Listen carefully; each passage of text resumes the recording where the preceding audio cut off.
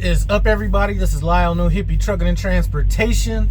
I am coming at you from one of my favorite truck stops. You got to pay $15 to park here, but one of my favorite places to park in the Northeast. I am at the Pride Travel Center in Chicopee, Massachusetts. Hope I'm saying that correctly. But, you know, one thing I was thinking about, and I just got to give it to anybody that lives in this Northeast in general, but primarily in that New York City area, like 40-mile radius around New York City. You guys have got some mental strength. It's just like motherfuckers on top of motherfuckers out there. And then, you know, I went over the George Washington Bridge, all that stuff, and I just started noticing that everything was just brown and beige and like white and manila. Like there is no color at all. And I drove maybe about 15 miles past the bridge, and I'm just like noticing the only thing with any color out in that area is graffiti. So thank God for graffiti artists out there, at least brightening things up a little bit. But it took me damn near to get to the Connecticut border to see any hint of color. And even then, you know, there was a couple houses that were like a light blue, nothing that really kind of stood out or anything like that. But I think I might have seen a burgundy, but I mean, there is no building structure out there whatsoever with like any color to it whatsoever. It was just downright depressing. And then it didn't get much better after that. I mean, I really started trying to notice it, and it got a little bit better, you know, coming up here. But, you know, people ask me what I have against the Northeast. It is just like, it's like a rainy day, just dreary and drab. And if you live up in this area, you know, you probably used to it. But some of us people that live in other areas, we're just used to a little bit more color. God damn, some grass, something. But that's about it. I'm parked out here at, like I said, the Pride Travel Center. It's about 4 p.m. My drop-off is tomorrow at, as a matter of fact, let me make sure that I got this right. I think my drop-off, well, let me not think. My drop-off tomorrow at 0600 hours. I am 3.2 miles away, so I'm about to get into some good relaxation. Couple things to touch on. You know, I've often said, you know, not so much with company drivers, but lease drivers. You know, you have all these people putting out numbers, how much money they're making, all this kind of stuff. You know, it's easy to put them numbers out when you ain't got them bills coming in.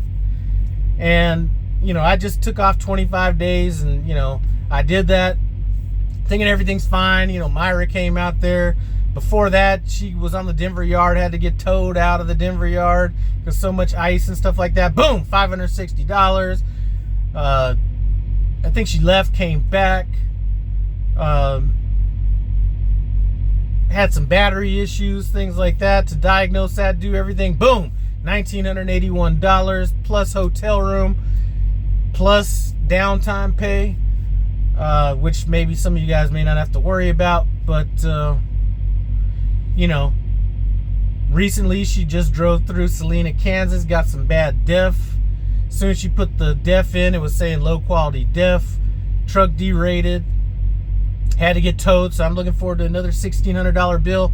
And I don't have a problem with people putting out numbers, because I put out numbers when I first came out on the road, and that was just pure ignorance to what potentially could happen. So if you came into, and this doesn't matter what company you're in, if you're responsible for the truck, if you came into this and you've just got your first few checks, or maybe 6 months, even a year, if you haven't had them deductions, then you really aren't putting out accurate numbers, because those are the numbers now. But once you start factoring in, you know, when I first switched trucks with Myra, boom, $4,000 or $3,400 for tires on that bad boy. You know, these are things that a lot of people aren't going to tell you when it comes to these, the amount of money that you can make, whether it's leasing, whatever.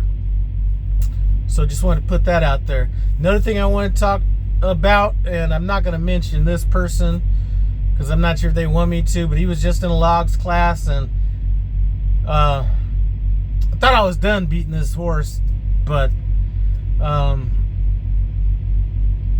some of the stuff that people are frustrated with at Prime don't really understand what is actually happening with our CSA score and things like that.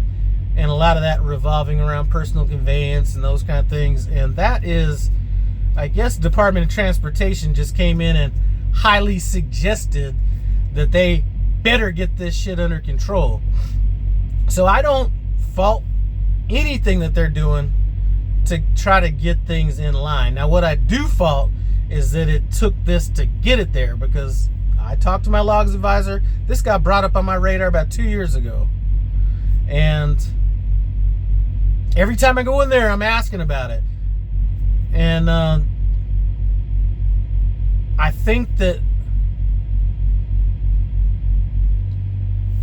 are steps that could be taken that aren't necessarily being taken. And one thing I can tell you is, when I was a manager in the mortgage business, it was right around the time that the market had crashed and all this kind of stuff, and compliance was becoming an issue. And if you didn't do things that were compliant, they were hitting people with like massive fines. And one of the things that I can tell you that I did as a manager was, some of this stuff was like, if it happens, you're done.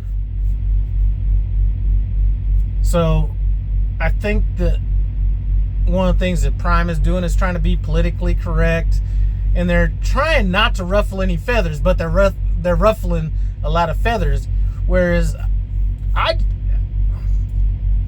would have handled this situation completely different. This wouldn't have been, well, let's not even talk about what I would have. First of all, I would have brought in everybody to get retrained on logs, whether you think you need it, whether you don't. Now, they offer $100 for this safety class, which is not to be, anyway, they give $100 to go to the safety class, right? Watch the same videos you watched before, and then to take the simulator class. Now, that simulator is about the most worthless thing I think that money could be spent on, but that's just me. I'm an older generation. Maybe younger people could deal with that a little bit better than I can. I'm not much into video games and things like that. But they offer $100 for that. So maybe if this is the problem it's become, it would be mandatory for people to come in and take this class. And it would be, maybe we pay you $150 for your time to come in and handle this class, because I don't think this is an outright negligence problem. I think it is a training problem. And I think there have been changes made, and I mentioned one in another video about PCing away from the shipper and going to a truck stop and PCing back. This was something that was taught in logs class, but they never really came out and said anything about it when it changed. So those kind of things I think could be handled with just more training in general. And I don't like the route that they've taken, and I think that it's creating fall guys and things like that. And one thing I can say about fall guys, somebody, the person that's always going to step up and take care of the problem is the one that everybody's going to have a problem with. I may not have gone as extreme about the solution or fixing the problem, but I would have definitely been harder about getting it under control. Zero tolerance, things like that. Maybe not completely zero tolerance, but I think it would have been a little bit more forceful than what's going on now. And educating people through making a call when you need to use a different drive status, I think is, that's a little bit late. Anyway, hate to be saying anyway, but anyway, I normally don't like to come to the Northeast. I mean, I am a little depressed by being up here, looking at all these beige and manila and tan colors everywhere. But at least one thing I could say is it's not like icy and snowy and all that kind of stuff. And I'm just waiting for this winter to get over with. I was just driving through West Virginia the other day morning, and I left the Hebron, Ohio. I think I stayed at the Flying J, and got out there in West Virginia, and it was like 6 o'clock in the morning. I'm like, God damn, when is the sun gonna come up? You know, it's like dark outside, it's sleeting, all that kind of stuff. I'm just like praying for the sun to come up. I cannot wait for summer. And I'm not even sure that it's that much about summer. I just want it to start getting light earlier. And even light a little bit later, you know, because sometimes people that are always driving it during the day or solar powered truckers, you know, sometimes when that sun stays up a little bit later, they drive a little bit longer, so you have a little bit more parking opportunities later in the day. But that's all I had to say about that.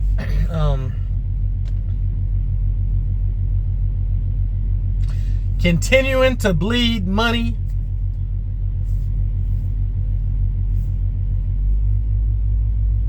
But everything's all good. We prepared ourselves for this. We can handle it. It's just not nice to see. I do appreciate you guys stopping by No Hippie Trucking and Transportation, though. Comment, subscribe, and I'm out.